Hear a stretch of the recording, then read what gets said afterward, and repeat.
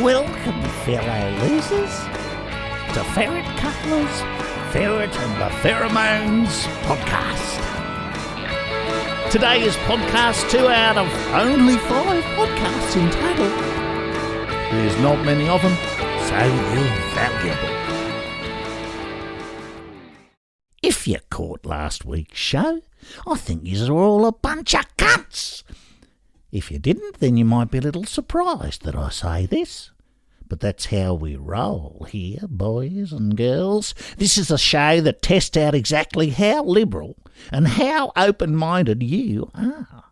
Most people think they have a good sense of humour, don't they? So if you don't think any of this is funny, but other people you know do, then maybe you might challenge your own self-conception. And when I say self-conception, I mean go fuck yourself. We got a big show for you today, everyone, and we are going to start by pissing off the private schools. I mentioned the public schools last week when I mentioned the fact that in Australia, teachers are often told to get fucked without reprimand. And, by the way, in Australia it's different to the UK, where public schools are where rich people pay money to learn how to speak like an upper-class fuckwit.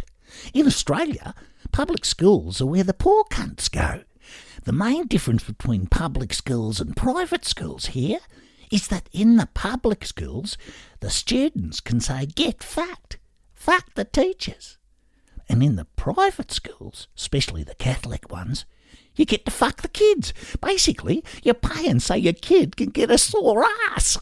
And I must thank all government political parties for supporting the poor old private schools by giving them vast amounts of money, even though they are privately funded by the parents.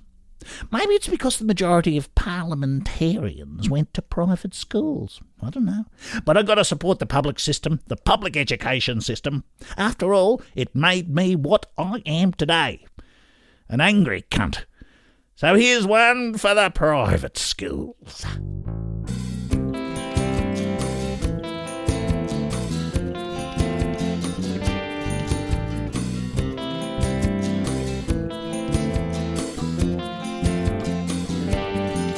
Old Roger, he got moved along so he could sample other pastures, some new flesh to encroach upon, some strapping young lads with nice tight asses. Your boy was happy when he went to a private school. Your good intentions and your thousands of dollars were well spent. They damaged his mind and they swelled his rectum.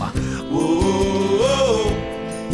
If you send your kids to a private school, well, they might get fucked up the ass. And I'm telling ya, if you send your kids to a private school, well, they might probably cop one up the ass.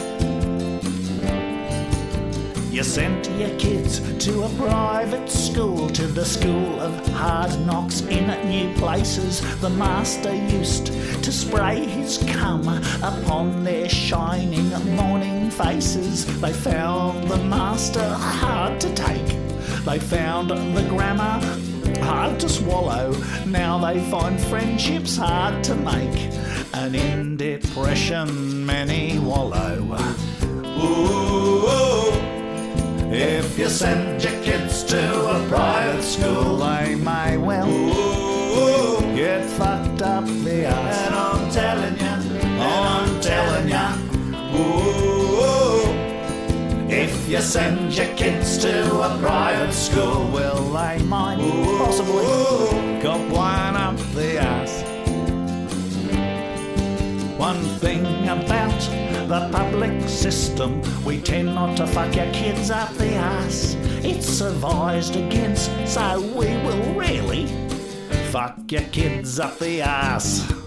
So send your kids to a private school, and while they close their eyes for Jesus, randy priests will pierce their stool and smash their manhood into pieces. So here's a toast to the old boys club who prey on kids and stupid parents who pay for the privilege to have their kids fucked by sanctimonious little deviants. Ooh, if you send your kids to a private school, well, they might get fucked up the arse. And I'm telling ya, if you send your kids to a private school, well, they might cop one up the arse. And I'm telling ya, if you send your kids to a private school, well, they might cop one up the arse. I'm telling ya, if you send your kids to a private school, there's a good chance they're gonna cop one up the arse. To a private school.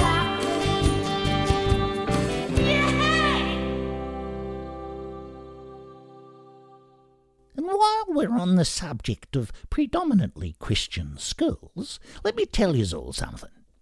Those really committed Christians, the ones who should be committed, are an annoying bunch of cunts in my opinion, and if you don't want my opinion, you come to the wrong place. Fuck off. The bright-eyed certainty of the faithful is a truly fucking astounding thing. The indefatigable glazed triumph in the eyes of the true believer is a beauty to behold. The bearded youth who struts with the certainty of one who has lived his life in a tiny pond inhabited only by others who agree with him, and the wide-eyed young maidens courted only by the bearded men, both of whom must marry early to score a fuck. Oh, how I love Christians.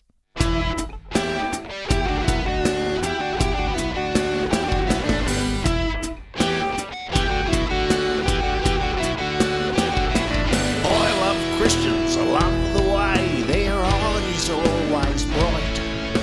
Only the fool is certain, they say, and Christians are sure that they're right. I love Christian women, though they are a waste of twat. I love Christian men and the overstated confidence they've got. They encourage all their children to think inside a box and measure with their ruler, it's the only one they've got. If you want to stop an argument with a Christian, this is what you have to do, you say. If you're prepared to say you might be wrong, then I am too.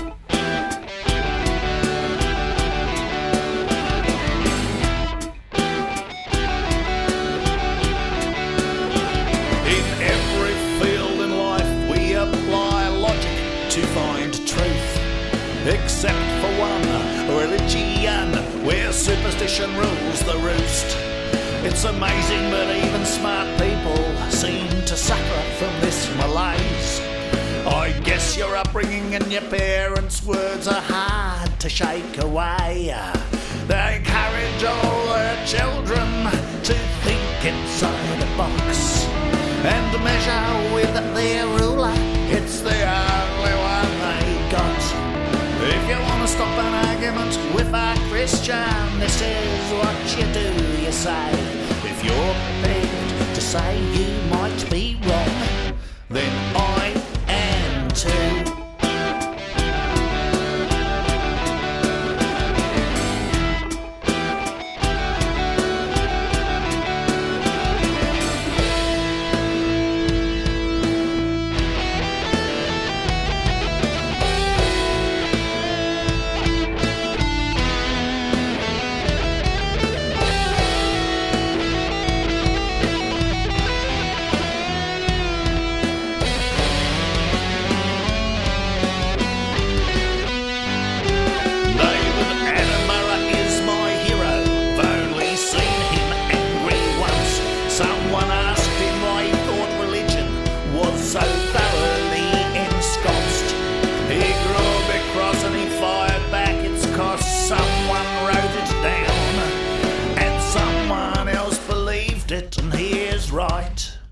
In frightened mind doth fairy tales abound. They encourage all their children to think inside a box and measure with their ruler. It's the only one they've got.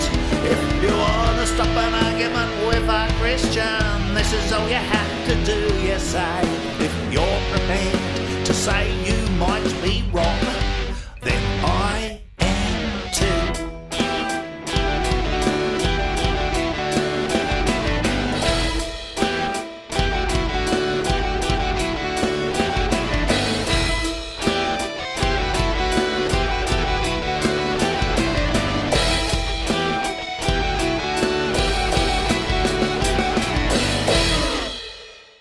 Speaking of Christians, this next song is a few years old, but he's still about the place, so I'll give him a serve. This song is called Blame It on Tony Abbott. Now, if you don't know who he is, he's an ex-Australian Prime Minister. Well, he's not ex, he's still alive, but he's an ex-Prime Minister, I guess, who was a Christian and a bit of a dick. A bit of a cheesy dickhead. But to be fair, he has got his redeeming features. He helps fight fires for one thing, so good on him. So, this song is a double-edged sword. On the one hand, like I said, he's a bit of a dick, but on the other, when he was PM, he got blamed for every fucking thing. So, being an English teacher, I writ him a song. Very punk. I feel so punk. It's pretty punk. Has anyone got a soap if I can borrow? Yeah.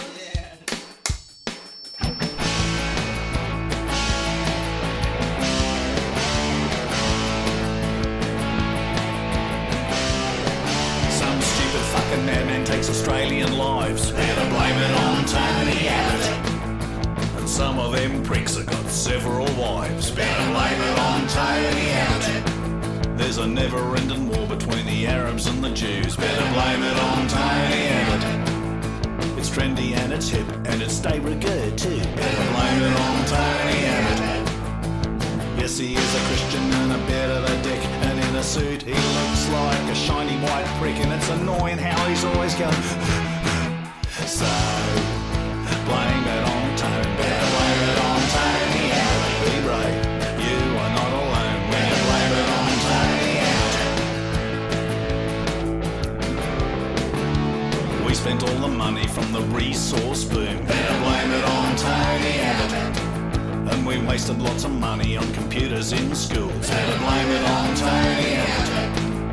Yes, he is a Christian and a bit of a dick, and in a suit he looks like a shiny white brick, and it's annoying how he's always going. So, blame it on Tony. Better blame it on Tony Abbott. Be brave, you are not alone when you blame it on Tony Abbott.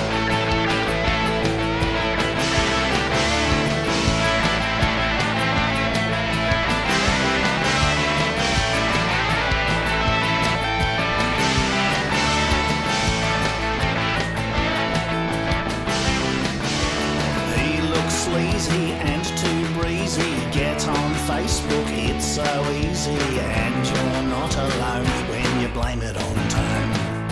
Blame it on Tony. Better blame it on Tony Abbott. Be brave, for you are not alone when you blame it on Tony Abbott. I seen a dead dog by the side of the road. Better blame it on Tony Abbott. Me back lifting up a heavy load. Better blame it on Tony Abbott. Yes, he is a Christian and a bit of a dick, and in a suit he looks like a shiny white brick, and it's annoying how he's always going.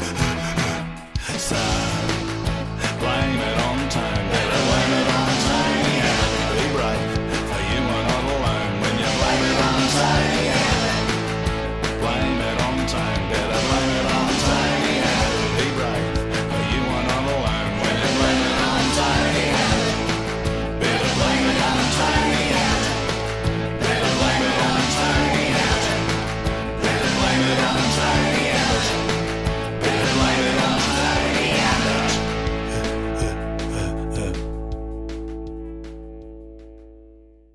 If you're really pissed off, Tony, I can give you the addresses and phone numbers of every one of the cunts what spoke at the intro to that song. This next one ain't rude. Sorry about that, but I had a fucking great idea for a reality show, and I thought I might run it past yous.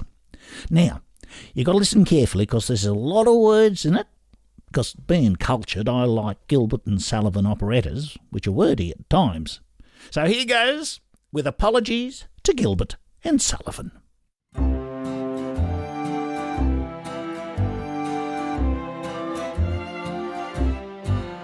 With apologies to Gilbert and Sullivan, I'll sing you this following song. It's short and it's quick and it's brief and it's slick and it's hardly what you could call long. As a story it's pithy and funny, as a narrative witty and gay. It's a story about how I'm finally rich, but soon I am surely to pay. They sent me a script several weeks ago for a part in a reality show. They said, we'll inject you with cancer. Try to be last one to go. So I scored a jab in me liver. I thought that'd be kinda slow, but one of me mates told me off. He said, mate, you'll be dead in 2 months. It'll grow like a turd in a colon. But buddy, I got news for you and it's all good. They pay you good money to go on them shows. You'd be laughing next year if you could. So I got a feeling it won't be too good. If not tomorrow, then someday. Cause the cancer is growing, the network's been showing its progress prime time every Sunday. Me fellow contestants all tried to be the last one to be left alive. Last week 6 were dead, with 4 on the deathbeds, which left me, out of 3, still alive. One scored a jab in his colon. He figured it'd be half alright, cause a good bucket list must surely insist on some good semicolons to thrive. The other was wily and cunning, and so he scored his in his toe. His reason was fitting. He argued that in him the cancer had further to go. But I think I was clever getting jabbed in me liver like a kid. When you play hide and seek, if you hide right beside the fellow who's counting, that's the last place you'd think you'd be. But the bloke who got jabbed in the colon could not keep the cancer at bay. Though he found consolation in good punctuation, he finally carked it last Sunday. And the bloke who got jabbed in the toe kicked his dog up the arse and he died. Not from the cancer, his great German pincher ripped a bloody great hole in his side. So I'm getting me prize on the weekend. In the last show I have to decide if I blow all me savings on cocaine and women or get chemo and some weeks alive. At any rate, they filmed me dying, and the script at the end is real cool. I look at the camera and I say with a smile, I must get this right, cause there is no take 2. So with apologies to Gilbert and Sullivan, I've sung you the previous song. It was short, it was quick, it was brief, it was slick, and hardly what you could call long. And the story was pithy and funny, and the narrative witty and gay. The cocaine is getting here Saturday night, and the hookers at 9 a.m. Sunday.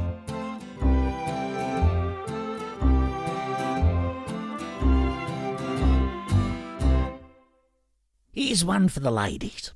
You'd all be aware of the Me Too movement, where blokes who done the wrong thing halfway through the last century get jailed. Well, fair enough too in most cases, but I was thinking about this, and I realised it had happened to me too. Several older women took advantage of me when I was a youth, a mere slip of a lad at 16 or 17, unaware of the vagaries and dangers of the world. My purity was demeaned by these female predators. The only problem was, it didn't happen fucking enough. I just about pulled me cock off thinking about all me mates' mothers and every good sort in me class.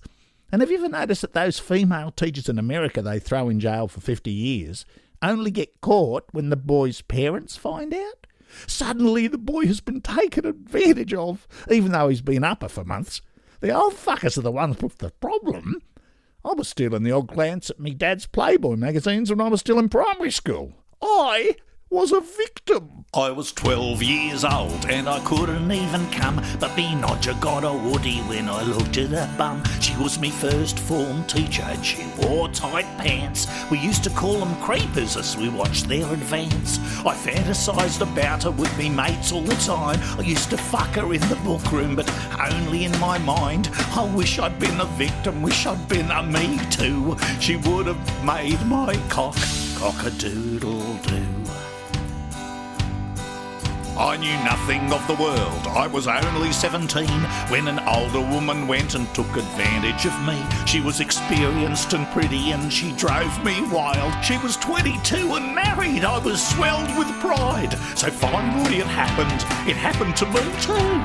I couldn't wait to tell me mates when I got back to school. But if I got all self-righteous and dobbed her in today, they'd throw her into jail for decades and decades and decades. I was a victim.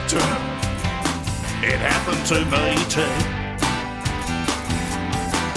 but it didn't happen nearly as often as I wanted it to. In me teenage years I wore me cock right down, imagining the pleasure in each girl around. Every school friend's mother, every girl in 3C. Every woman, my obsession, my fantasy. The only mental damage that I suffered back then was wishing older women fancied younger men. It turns out many do, but they are not allowed to, 'cause old men make the rules. Funny that. The Puritans hated bear baiting, not because it hurt the bear, but because the spectator got some pleasure watching and being there. So let the young ones play, you self-righteous old cunts. You've had your day, let the young uns run amok. There's a lot of good women who need servicing about, and a lot of young men who'd be happy to help them out. So boys, if a sexy older woman starts coming onto you, here's some good advice that I would give you. Don't breathe a word about it. Ships sink when lips get loose, and if you tell your folks you will kill a golden goose. I am certainly not talking about forcing little kids, but a randy teenage boy who would surely benefit. If you think I'm being sexist, if you think I'm just plain wrong, then have an honest conversation with your son. I was a victim. It happened to me too. But it didn't happen nearly as often as I wanted it to. Please, somebody fucking listen to me. In me teenage years, I wore me cock right down, imagining the pleasure in each girl around. Every school friend's mother, every girl in 3C. 3C. Every woman, my obsession, my fantasy. So well done, fucking man. The only mental damage that I suffered back then was wishing older women fancied younger men. It turns out that many do, but they are not allowed to, 'cause old men make the fucking rules. Oh, I guess it's different if you're a young girl with some hairy old cunt slobbering all over you, but if you ask most young fellas for an honest reply, I think I know what they'd say. Anyway, enough about that. The next song is about poofters. They tend not to go by that term these days, but the pong remains the same. That's a little Led Zeppelin reference there. This song is actually a pro-gay song. Many miss the point. This song was written not long before marriage was available to gays in Australia, and I'd like to think that I did my little part in changing the law in this regard. This song supports gay marriage and makes the valid point that poofters should be subject to the same treatment that us heteros are. Why should they get away with it? They should be legally allowed to be as fucking miserable as the rest of us. You see them at the Mardi Gras every year, drinking and dancing with never a care. They've had some lousy press since Sodom and Gomorrah, but apparently 10% of us prefer our anus Sora. Let them marry, I say. Let them adopt. Let them change nappies night and day. Let them suffer in their jocks. Let them lose their house and superannuation. Let the poofters share the fruit of matrimonial devotion. Let the poofters run wild. Let the poofters run free. Let the poofters propose. Let the poofters marry. Let the poofters make love. Let the poofters elope. Give the poofters a go. Give the poofters some hope. Your objections are purely religious. I say make the poofters as unhappy as us.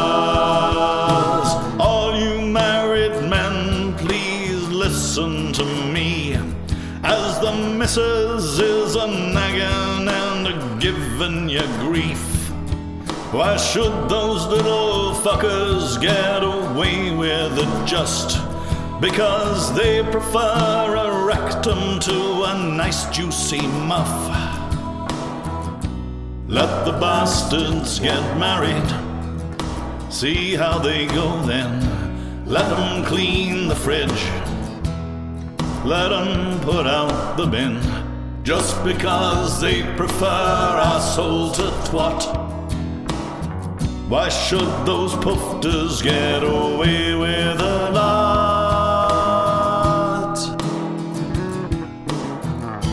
Let the poofters run wild, let the poofters run free, let the poofters propose, let the poofters marry, let the poofters make love, let the poofters elope. Give the poofters a go, give the poofters some hope. Your objections are purely religious. I say make the poofters as unhappy as us. Let the poofters run wild, let the poofters run free, let the poofters propose, let the poofters marry, let the poofters make... I ain't sure. Maybe I did say poofters too many times in that song, you reckon? Anyway, some of them don't like it, but I'm on their side. Which brings us to the final song for today. This one is aimed at the younger generation, particularly at teenage girls who think that it is a good idea to take their clothes off in front of a camera and to live stream it to their boyfriend.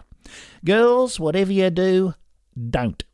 Because you can't trust blokes, and if you do that, you'll end up with a lot of horrible old blokes dribbling through their rotted teeth all over the carpet for the foreseeable future. You're not special. You're being used.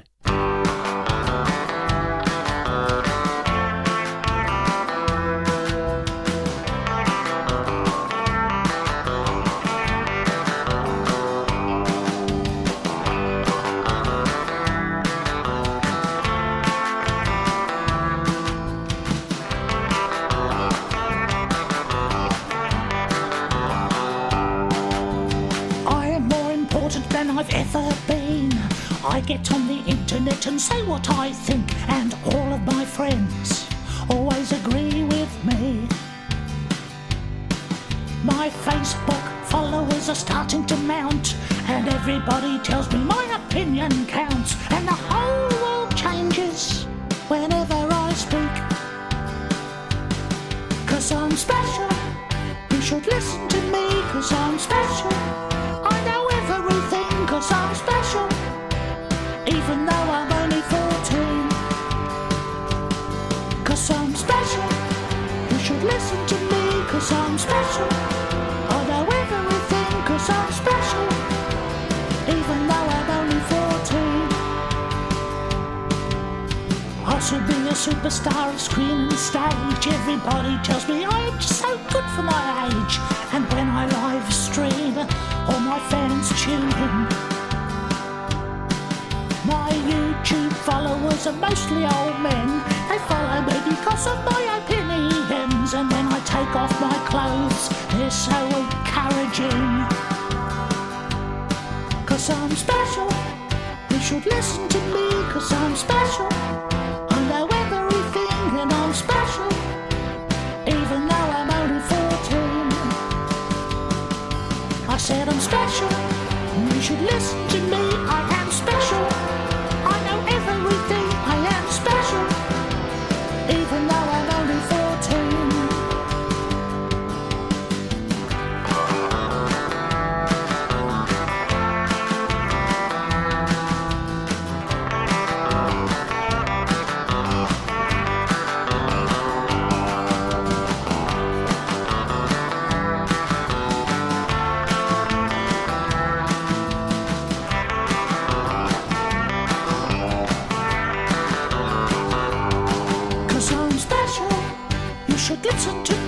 'cause I'm special. I know everything 'cause I'm special. Even though I'm only 14. 'Cause I'm special. You should listen to me 'cause I'm special. I know everything 'cause I'm special. Even though I'm only 14. 'Cause I'm special. You should listen to me. I am special. I know everything. I am special. Even though I'm only 14. Well, ahead of my days, I'm special. You should listen to me 'cause I'm special. I'm well advanced for my age and I'm special. Even though I'm only 14. Take it away, boys.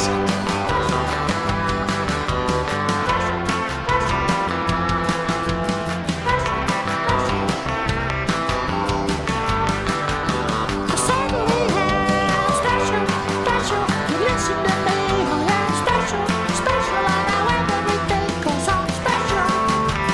Even though I'm only 14. Although I've got to be fair, some of them young'uns make quite a bit of dough flashing the old vertical smile. So that's it for today, my fellow face fuckers. Until next week, when, among other things, we look at the unfairness of funding private schools, the stupidity of allowing kids to have mobile phones in public schools, and why they were eating dogs in Venezuela. Nothing like a bit of Caracas canine. And remember, you're all a bunch of cunts.